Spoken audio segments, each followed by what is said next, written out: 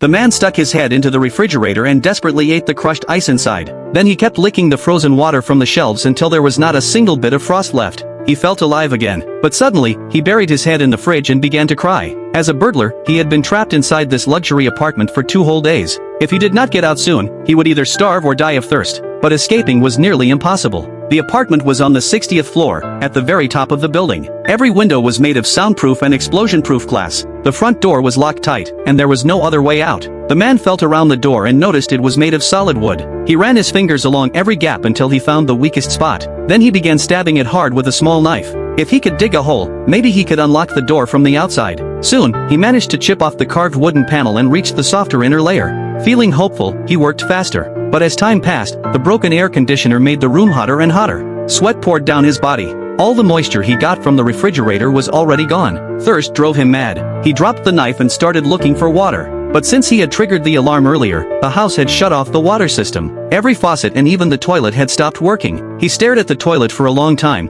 but still could not bring himself to drink from it. Next, he crawled to the corner of the living room and dug into the plant bed, hoping to find the sprinkler pipe. But when he opened it, not a single drop came out.